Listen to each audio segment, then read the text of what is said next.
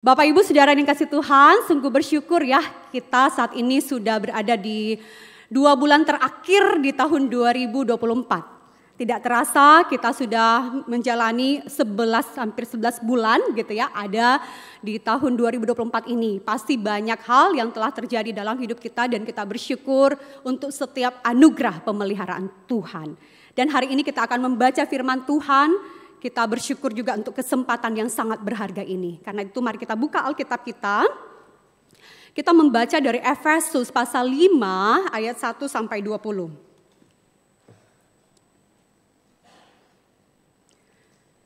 Efesus pasal 5 ayat 1 sampai 20. Bapak Ibu boleh memperhatikan Alkitab masing-masing. Saya bacakan dalam TB yang kedua.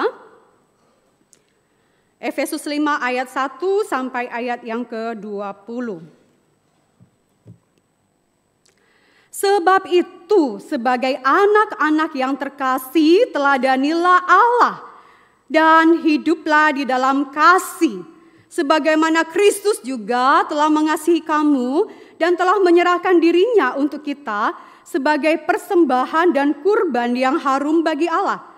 Tetapi percabulan dan rupa-rupa kecemaran atau keserakahan disebut saja pun jangan di antara kamu, sebagaimana sepatutnya bagi orang-orang kudus.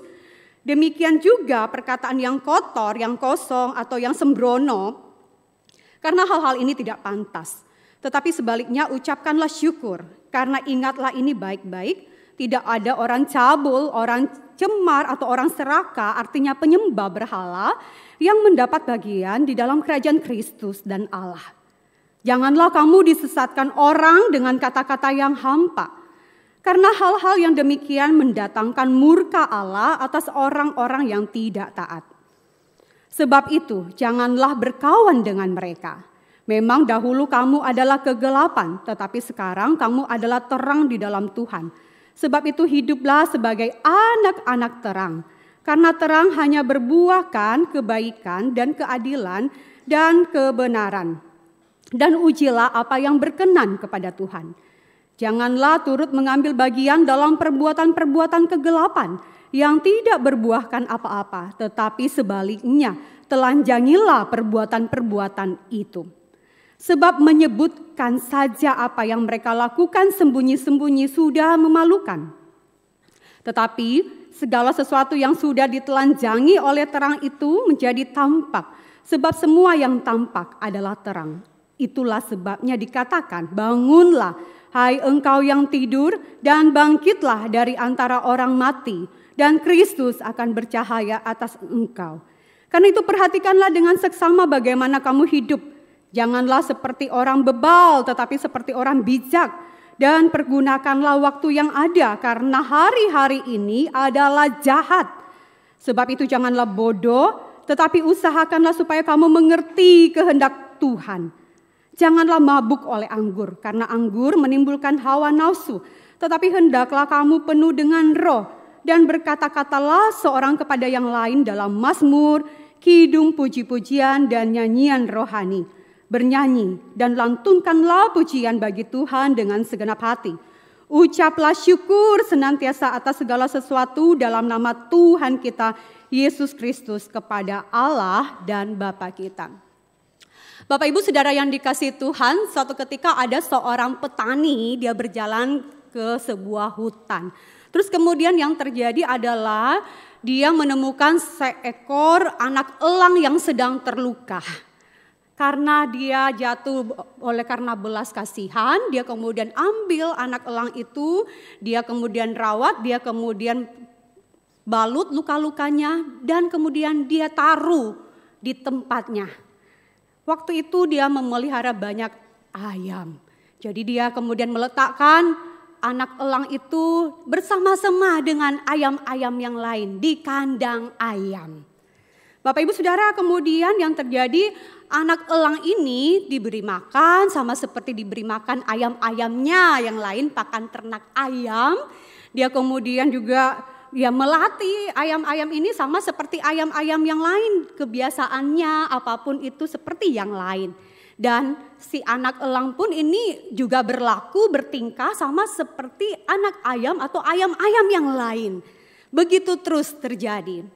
Bapak Ibu Saudara yang kasih Tuhan, seringkali kita tinggal di tengah-tengah dunia, kita melupakan diri kita atau kita tidak sadar siapa diri kita di hadapan Tuhan. Kita seperti seekor anak elang tadi di tengah-tengah dunia ini. Kita itu bingung dengan banyak hal tentang siapa yang harus kita tiru di dunia ini.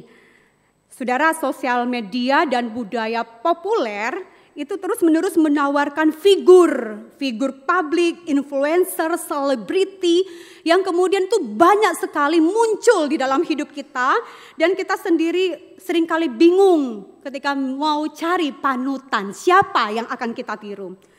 Banyak orang mencari jati dirinya itu dengan gaya hidup mewah, hidup tren, hidup yang seperti standar dunia, apa yang dikatakan oleh dunia ini. Dan akibatnya banyak orang yang berusaha untuk mengisi kekosongan dirinya itu dengan segala kepuasan yang bersifat materi, duniawi, apa yang dikatakan popularitas. Saudara yang kasih Tuhan, dianggap dengan makin populer maka makin bahagia dan hidup bermakna. Banyak orang termasuk teman-teman saya yang kemudian mulai main FB Pro gitu ya. Jadi content creator gitu ya. Apa saja diposting gitu ya. Satu sisi membawa cuan gitu ya.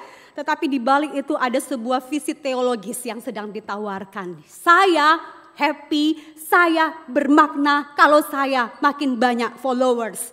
Kalau saya makin banyak yang kasih like. Kalau saya itu bisa dapat cuan dari itu. Saudara yang kasih Tuhan, namun hidup dengan meniru standar dunia ini akan berujung pada kekecewaan. Saudara, perasaan tidak akan pernah cukup, bahkan rasa hampa itu akan terus-menerus ada. Rasa tidak puas itu akan terus ada. Tren dan standar dunia sendiri itu berubah dengan begitu cepat, sangat cepat. Dan tidak akan ada akhir. Sampai kemudian seorang itu seperti merasa layak atau cukup. Tidak akan pernah berakhir, saudara. Akan muncul tren yang baru. Di sosial media, di Instagram, TikTok, dan lain sebagainya. Saudara, ketika hidup kita lebih berfokus pada apa yang dikatakan dunia, maka kita akan kehilangan arah yang sejati dan jauh dari tujuan hidup yang bermakna. Yang Tuhan telah rancang atas setiap kita. Hidup seperti ini penuh dengan kepalsuan dan akhirnya tidak menemukan damai dan makna yang sesungguhnya. Saudara yang dikasih Tuhan, Efesus pasal 5 ayat 1-20 ini Paulus berbicara kepada jemaat di Efesus. Bagaimana mereka hidup di tengah masyarakat yang penuh dengan moralitas yang rendah, penyembahan berhala, gaya hidup yang egois, dan banyak yang ditawarkan untuk supaya apa? Puas. Supaya apa? Kosong itu terisi. Pada zaman itu pengaruh budaya sangat kuat menggoda. Mendorong orang itu mengejar kenikmatan tanpa memperhatikan kehendak Tuhan. Saudara, jemaat Efesus itu hidup di tengah godaan-godaan ini. Godaan penyembahan berhala, hidup amoral, percabulan, dan lain sebagainya. Bagaimana mereka bisa tetap hidup sesuai dengan kehendak Tuhan? Nah, ini menarik. Paulus menulis bagian ini menjadi sesuatu yang sangat menarik, Bapak Ibu Saudara. Efesus pasal 5 ini bicara, kalau di Bapak Ibu mungkin pakai TB yang 1, itu menjadi penurut-penurut Allah sebagai anak yang kekasih, betul? Tetapi di TB 2 dimulai dengan kalimat ini. Sebab itu, sebagai anak-anak yang terkasih, teladanilah Allah. Teladanilah Allah. ESV pakai kata be imitators of God. Teladanilah Allah, tirulah Allah. Saudara, saya ingin tanyakan kepada Bapak Ibu Saudara, apa proses pertama kali manusia belajar? Jadi cara belajar pertama kali. Cara belajar pertama kali itu disebut apa? Ada yang tahu? Boleh angkat tangan. Saudara, proses belajar pertama kali itu disebut imitasi. Imitasi, kita hanya tahu imitasi itu dalam pengertian sehari-hari barang tiruan. Ya, imitasi ini gelang imitasi, perhiasan imitasi. Ini emas imitasi. Yang kita konotasikan imitasi itu palsu, tiruan seperti barang-barang itu. Tetapi sebenarnya imitasi itu dalam pengertian sosiologi dan psikologi itu berbeda. Imitasi itu adalah sebuah proses belajar. Untuk kemudian seorang bisa meniru perilaku, tingkah laku, sikap, apapun dari seseorang. Saudara, seorang bayi ketika dia ada di tengah-tengah dunia, ya, di awal-awal dia baru belajar, dia itu imitasi. Manusia mengimitasi pertama kali dirinya ketika dia ulang-ulang sebuah kata. Dia ulang-ulang walaupun tanpa makna, diulang-ulang. Bla bla bla bla bla bla, ya. Anak-anak bayi kita lihat seperti itu ya, bayi-bayi. Dia ulang-ulang kata-kata itu tidak ada makna. Sampai suatu ketika berlanjut bertumbuh kemudian mulai muncul gitu ya. Orang tua mengajarkan mama, sebut mama. Ya, kemudian dia mulai mengikuti mama, papa, akung ya. Seperti itu. Bayi mulai meniru, belajar untuk makan dan lain sebagainya. Itu imitasi. Jadi imitasi itu adalah suatu proses belajar yang pertama kali yang dilakukan oleh manusia. Belajar, meniru. Nah saudara, itu terus berlangsung seumur hidup. Sampai kita dipanggil Tuhan. Pertanyaannya siapa yang kita tiru Bapak Ibu Saudara? Kita seringkali bisa meniru hal yang positif tapi juga tidak menutup kemungkinan kita juga meniru hal yang negatif. Saudara yang kasih Tuhan, orang-orang waktu di Efesus itu ya, dengan konteks yang budaya yang sangat kuat dengan godaan-godaan yang seperti itu, mereka bisa meniru apa yang ada pada saat itu. Budaya yang sedang berlaku pada saat itu. Yang gak apa-apa, kehidupan seks bebas gak masalah. Kehidupan mabuk-mabukan dipengaruhi oleh budaya yang gak apa-apa. Materi ini gak ada nilai ketimbang roh kita. Jadi gak apa-apa kalau kita melakukan apa saja. Yang penting puas. Saudara, itu yang terjadi. Ketika Paulus menulis surat ini kepada orang-orang Efesus, Paulus berulang-ulang kali berbicara siapa diri mereka. Orang-orang di Efesus itu perlu sadar, kamu dahulu sudah mati karena pelanggaran dan karena dosa-dosamu. Kamu hidup di dalamnya. Efesus pasal 2 berbicara tentang hal itu. Kamu mengikuti jalan dunia ini. Kamu mengikuti penguasa angkasa, roh-roh yang sedang bekerja di dunia ini. Dulu, itu dulu. Tapi sekarang Paulus ingatkan, tetapi Allah yang kaya dengan rahmat-Nya telah menghidupkan kembali. Telah membuat mereka menjadi baru, berbeda. Menjadi manusia baru, bukan lagi manusia lama, tapi manusia baru. Saudara, ketika berbicara tentang hal ini, manusia lama dan manusia baru itu beda sekali. Pasal 4 Paulus banyak berbicara siapa itu manusia baru. Kenapa disebut manusia baru? Saudara yang kasih Tuhan, satu kali Alexander Agung berjumpa dengan seorang prajurit yang bernama juga Alexander. Tapi Alexander ini dia adalah seorang pengecut. Prajurit ini seorang pengecut. Terus dia katakan kepada prajurit ini, kamu seorang prajurit, kalau kamu tidak ubah namamu, maka kamu ubah karaktermu. Seorang yang bernama Alexander Agung, seorang pemimpin yang hebat, tapi ketemu dengan Alexander yang lain, yang seorang pengecut. Kalau kamu tidak ubah karaktermu, ubah namamu. Saudara, hidup kita tuh bawa nama Kristen. Nama Kristen. Kristen berarti kita tuh pengikut Kristus. Kristus, nama itulah yang kita bawa. Kalau karakter kita tidak seperti karakter Kristus, maka ubahlah nama kita, bukan Kristen. Saudara yang kasih Tuhan, Paulus mengingatkan orang-orang di Efesus bahwa gaya hidup mereka itu gaya yang hidup penuh dosa. Perbuatan yang gelap yang tidak berkenan di hadapan Tuhan. Dan Paulus menyebutkan segala kenajisan yang saat itu sedang mereka lakukan. Keserakahan, percabulan, kata-kata kotor, perbuatan-perbuatan yang harus ditinggalkan oleh orang percaya. Paulus menjelaskan bahwa ini bukan hanya bicara sekedar kesalahan, tapi itu memisahkan mereka dari Tuhan. Ingat siapa diri mereka, saudara. Hidup di dalam dosa adalah hidup di dalam kegelapan yang menjauhkan orang dari tujuan hidup, menyebabkan orang itu bingung, mengalami kerusakan moral, dan lain sebagainya. Saudara, masalah di dalam teks ini adalah manusia itu cenderung meniru pola hidup yang salah. Ketika mereka tidak memiliki arah dan teladan yang benar. Paulus tahu bahwa mereka itu butuh panutan, butuh figur. Dan figur yang tertinggi itu adalah Tuhan sendiri. Saudara, mungkin ketika bicara menjadi peniru Allah, mana mungkin? Kita mungkin berkata, kita ini masih manusia, kita tinggal di tengah-tengah dunia berdosa, masih ada daging. Mana mungkin kita menjadi peniru Allah? Be imitators of God itu absurd, itu hal yang mustahil. Mana mungkin menjadi peniru Allah? Nggak bisa, manusia ini. Contoh, jangan terlalu idealis. Saudara yang kasih Tuhan, itu yang kita pikirkan, bukan? Saat kita jatuh di dalam dosa, kita seringkali kompromi. Iya, kita manusia gitu.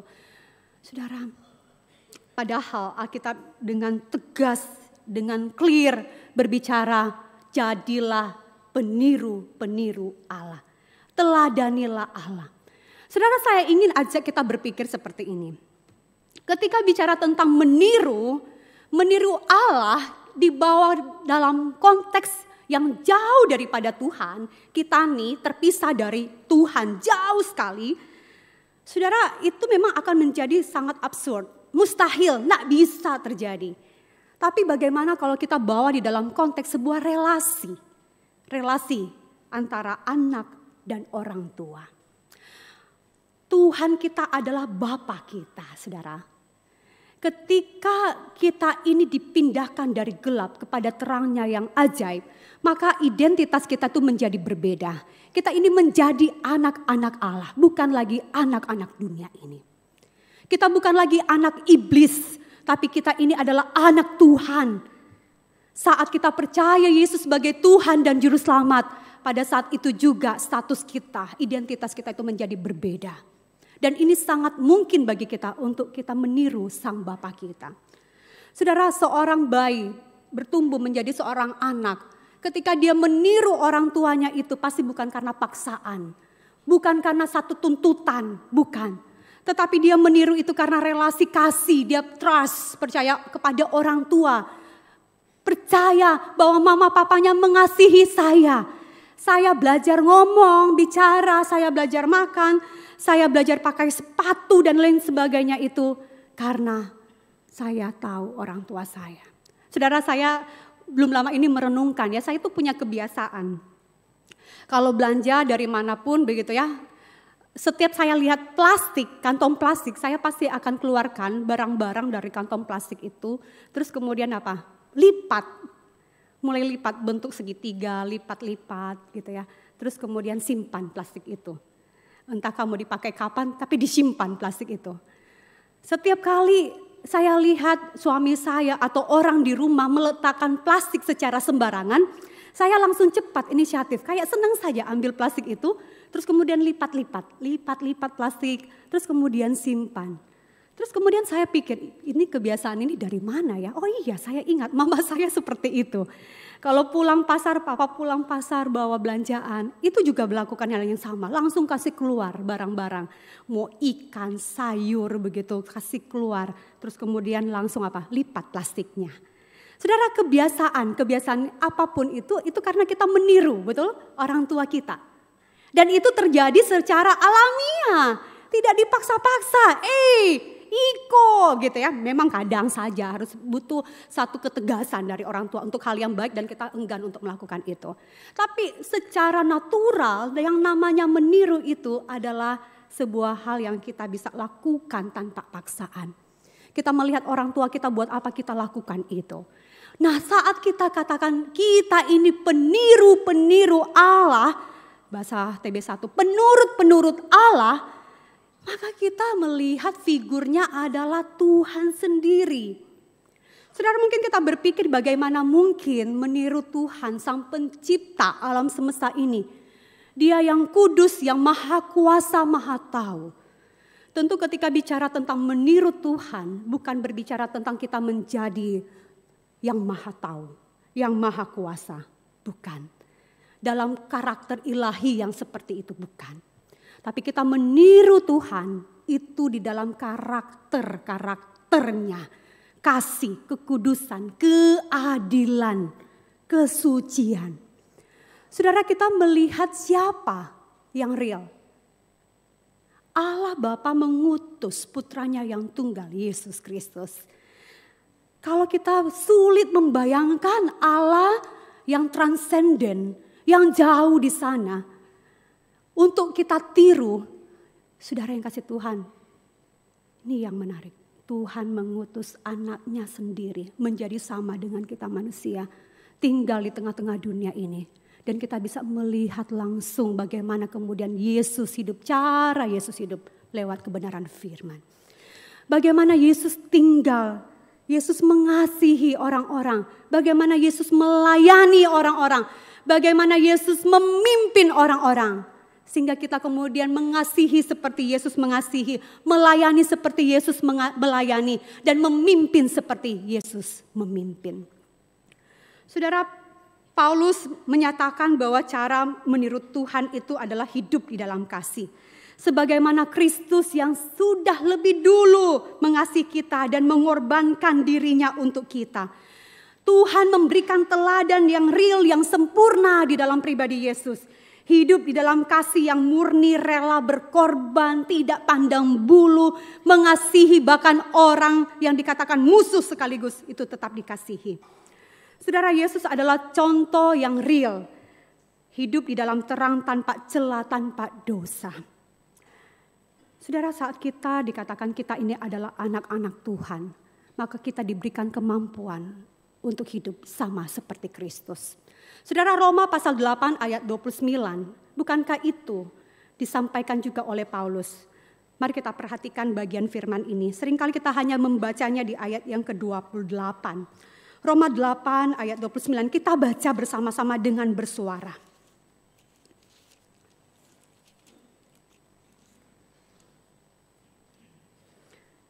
Roma pasal 8 ayat 29. Kita baca bersama-sama. 1, 2, 3. Sebab semua orang yang dipilihnya dari semula, mereka juga ditentukannya dari semula untuk menjadi serupa dengan gambar anaknya.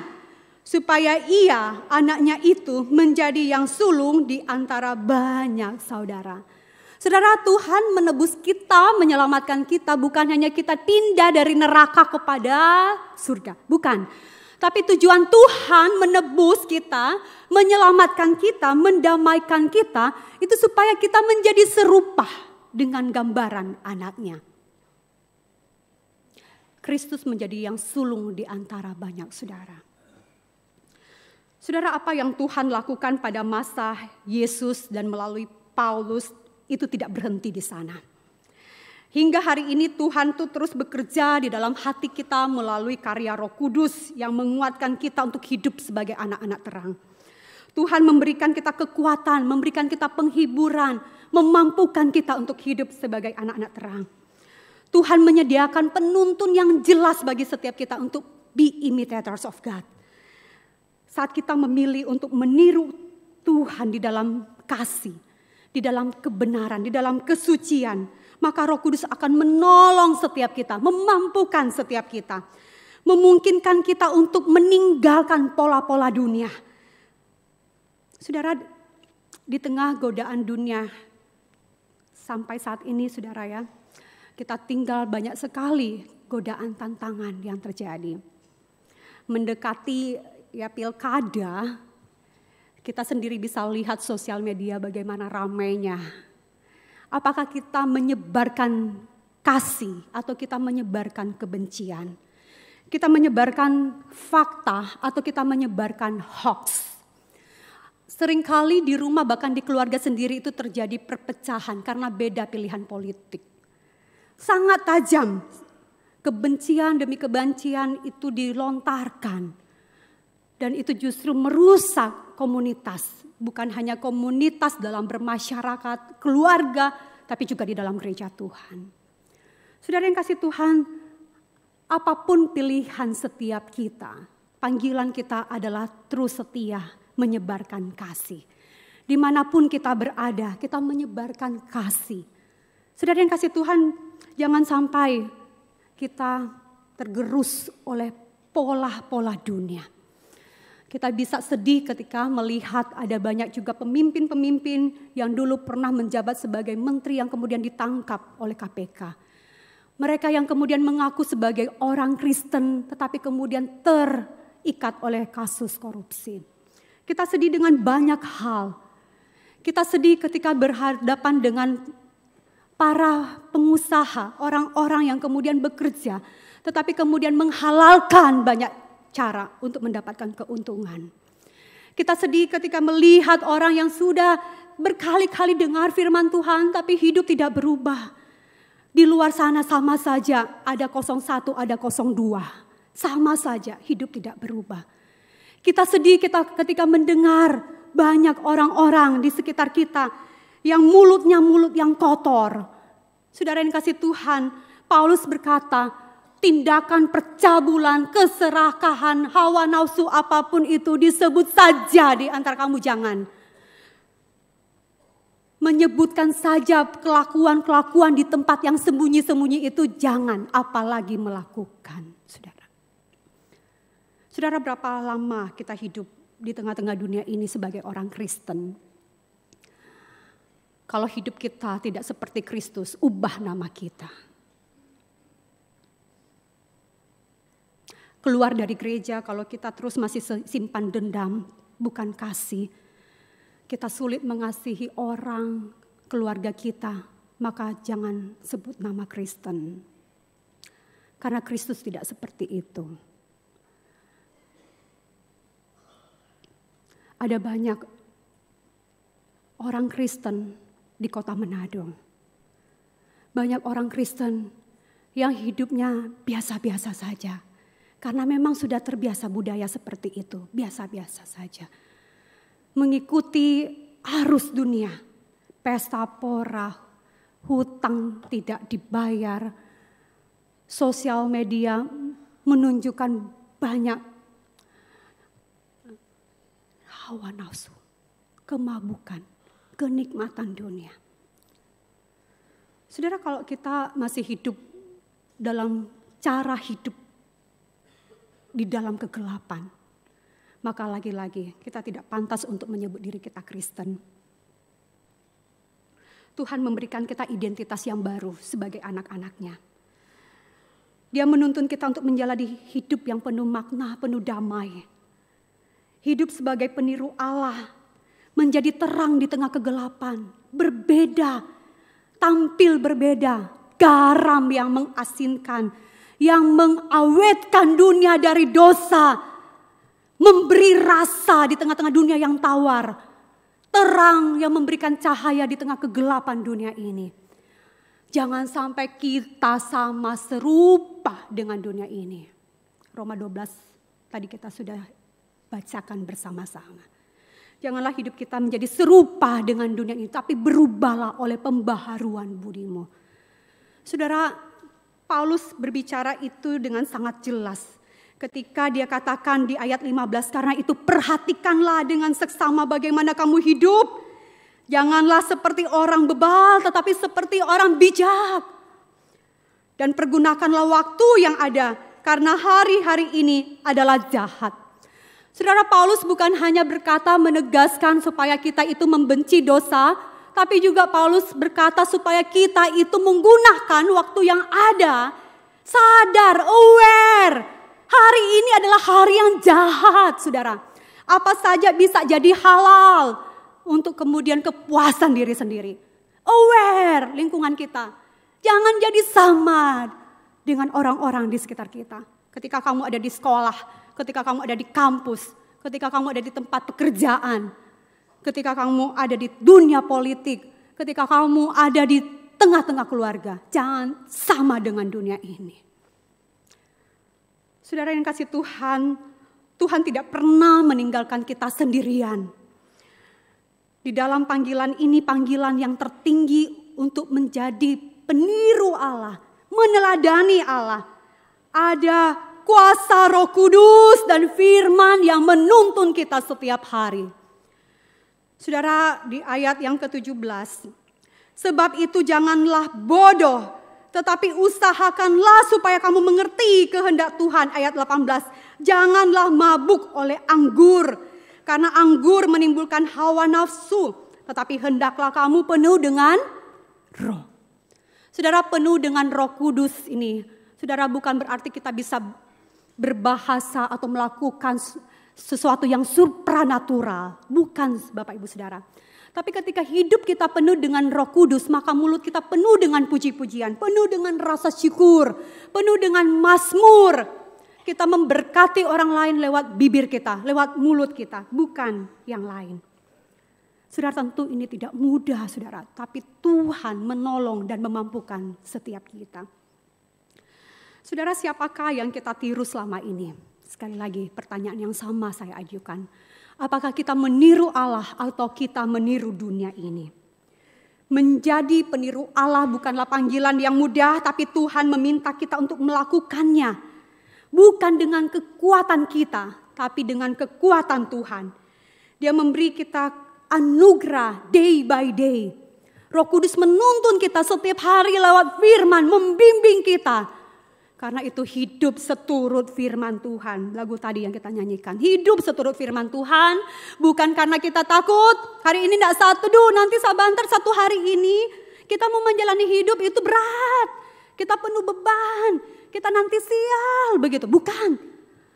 Kita saat teduh. Kita baca firman Tuhan. Kita datang ke gereja. Hari Minggu. Itu bukan karena takut. Kita berdoa nanti Tuhan tidak mau dengar. Cuma mau sampai di loteng. Tidak, saudara. Tapi kita datang karena kita mengasihi Tuhan. Kita ini anak-anaknya, saudara.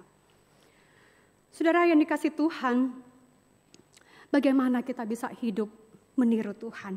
Hidup di dalam kasih tentu yang pertama. Kasih Yesus yang mengasihi tanpa syarat. Dan kita dipanggil untuk mengasihi mereka tanpa membeda-bedakan. Orang di sekitar kita, bahkan orang yang sulit kita kasihi. Mengasihi mereka. Mulailah dengan tindakan yang kecil yang mencerminkan kasih Tuhan. Saudara tahu bagaimana mengasihi pasangan saudara dengan caranya dia. Apa bahasa kasih pasangan kita? Saudara tahu bagaimana bahasa kasih anak-anak saudara? Kasihilah mereka dengan bahasa kasihnya. Jangan mengasihi dengan bahasa kasih kita, karena tentu tidak akan nyambung. Tapi kasihilah mereka. Ketika anak-anak kita itu mudah terluka dengan kata-kata. Jangan kemudian ketika dia gagal dalam pelajaran, kita mulai membandingkan atau makin mengeluarkan kata-kata yang menyakitkan buat dia. Nah, ini tidak sama dengan dia itu memang rajin belajar, kan pasti bisa. Ayo cepat yo, bikin tugas ini dia. Kapan anaknya tidak bikin ini dia dengan bagus dapat nilai begini. Aduh, saudara. Kita tahu ada pilihan kata yang lebih baik. Kalau anak kita punya bahasa kasihnya adalah word, maka berikan dia dukungan, afirmasi, supaya dia merasa dikasihi.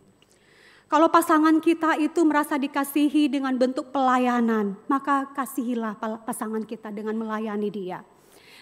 Dia mungkin tidak merasa dikasihi dengan bawa hadiah. Saudara mungkin bawa hadiah banyak-banyak, tapi pasangan baik itu suami atau istri tidak merasa dikasihi karena bukan itu. Dia mungkin pengen ada quality time, waktu bersama-sama di rumah. Saudara, kasihilah dari hal-hal yang kecil orang di sekitar kita. Saudara, yang kedua adalah tinggalkanlah perbuatan yang gelap. Jauhilah segala bentuk dosa yang menjauhkan kita dari Tuhan dan mengganggu hubungan kita dengan sesama. Mintalah Roh Kudus itu menunjukkan area-area mana di dalam hidup kita yang perlu untuk dipulihkan. Bagian-bagian mana yang masih mengikat, dosa-dosa favorit kita yang sulit untuk kita lepaskan. Baik itu pornografi, judi online, apapun itu kita perlu lepaskan. Jauhilah itu semua. Hiduplah dalam terang. Sangat kontras gelap dan terang. Pilihlah untuk hidup jujur, bersih dan murni di hadapan Tuhan. Ketika saudara ada di dalam sebuah pertandingan, saudara lihat bagaimana sportivitas itu penting, kejujuran itu penting. Bukan hanya energi, tenaga yang dipersiapkan, tapi juga sportivitas itu dibangun, kejujuran itu dibangun. Demikian juga di dalam pertandingan hidup sehari-hari. Jaga integritas kita. Penuhilah hidup kita dengan Roh Kudus. Luangkan waktu setiap hari untuk kita betul-betul membaca dan merenungkan firman Tuhan dengan dalam. Dengan mencari Tuhan. Tuhan, bicaralah kepadaku. Aku mau ikut apa yang Tuhan mau. Aku mau turut kehendak-Mu. Saudara sadar siapa kita ini? Saudara cerita di awal tadi ketika sang petani menaruh seekor elang itu bersama-sama dengan ayam. Lama-kelamaan dia menjadi seperti bertingkah seperti ayam. Tapi perubahan terjadi. Ketika seorang penjaga hutan lewat di rumah petani itu dan kemudian kaget melihat, loh ini elang, kenapa kemudian ditaruh di kandang ayam? Terus kemudian sang penjaga hutan itu bilang sama sang petani, loh kenapa kamu memerangkap dia di dalam kandang ayam padahal dia ini raja dari segala burung. Dia akan terbang tinggi. Biarkan dia terbang tinggi. Jangan biarkan dia ada di kandang terus. Sang petani kemudian menyerahkan anak elang itu kepada sang penjaga hutan. Silakan kalau begitu. Terus kemudian sang penjaga hutan mulai melatih. Dibawalah di atas rumah, di atap yang tinggi. Kemudian dilatihlah untuk terbang. Anak elang itu kemudian dilatih untuk terbang. Dilempar. Lempar. Tapi satu ketika langsung cepat turun. Dan karena kandangnya dekat, dia langsung cepat pergi ke kandang ayam. Seperti itu. Nggak jadi. Dia sudah merasa dia ini ayam, bukan lagi elang. Yang terjadi seperti itu. Terus kemudian sang penjaga hutan ini kemudian pakai satu trik. Bawa elang yang tadi itu pergi ke atas puncak gunung. Nggak cukup kalau cuma di atas rumah. Pergi ke atas puncak gunung lebih tinggi. Dan dia bawa elang itu. Kemudian elang itu dia katakan terbanglah tinggi. Kamu ini punya langit, terbanglah tinggi. Kemudian sang penjaga itu mulai mengangkat betul-betul elang itu. Anak elang itu, dia melihat sekitar. Dia lihat di mana rumahnya, kandangnya, itu jauh sekali, perjalanannya jauh sekali. Dia lihat itu ada elang yang lain yang terbang tinggi.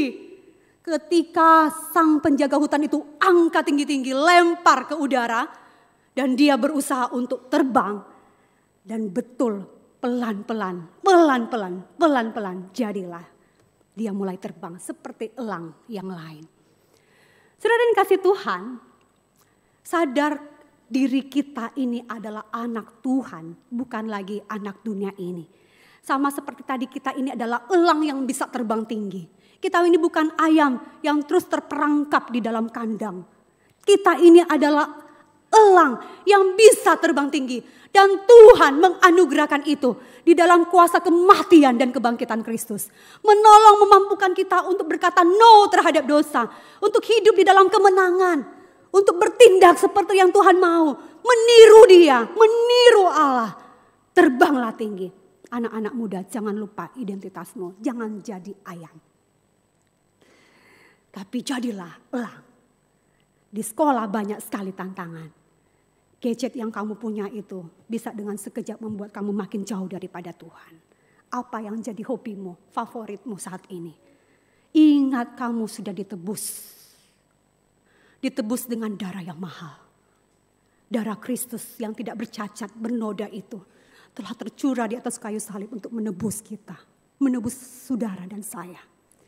terbanglah tinggi. Jadilah berbeda, hiduplah berbeda. Meniru Allah, bukan meniru dunia ini.